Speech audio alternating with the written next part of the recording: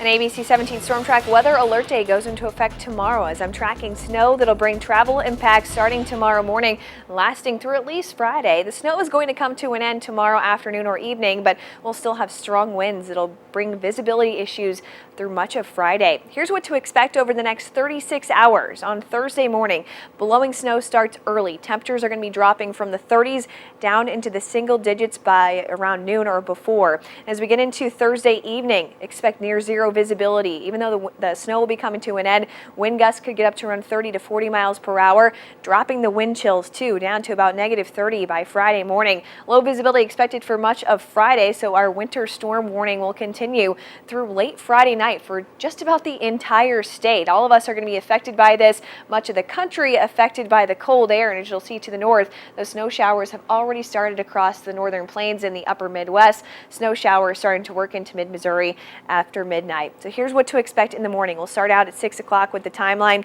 Impact's going to be high for much of the day tomorrow. As our winds start to pick up, that's going to drop the visibility to near zero. We'll likely have some of that snow accumulating on roads, and as temperatures drop, it will be tough for any treatment to be effective getting into tomorrow afternoon and evening. Here's what our future track looks like past midnight, possibly seeing some patchy freezing drizzle from Macon back towards Brunswick and Kansas City. But as we get into the rest of the night, most of that turns over quickly to snow as temperatures rapidly drop from about 30 degrees down to about 10 degrees by 8 a.m. Even you'll notice off to our west, our western counties dropping down to the single digits as those snowfall rates pick up. The heaviest snow is going to be between around 9 and 1 into tomorrow afternoon. And it pushes off to the east by around 3 or 4 o'clock, leaving us without any falling snow, but it's still going to be blowing, drifting on the roads as our winds are going to be picking up. And check out those temperatures dropping down into the single digits by Thursday afternoon and dropping below zero by Friday morning.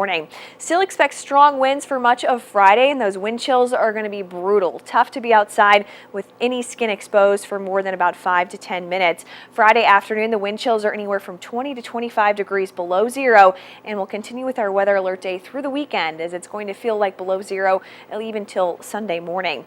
Here's how much snow we can expect. Anywhere from around 2 to 3 inches is likely across our entire area, perhaps an isolated 4-inch amount, but this is going to be moving through quickly. So it's not going to be a high-end snow event, but with the winds, that's going to cause a lot of the travel issues across a lot of the Midwest.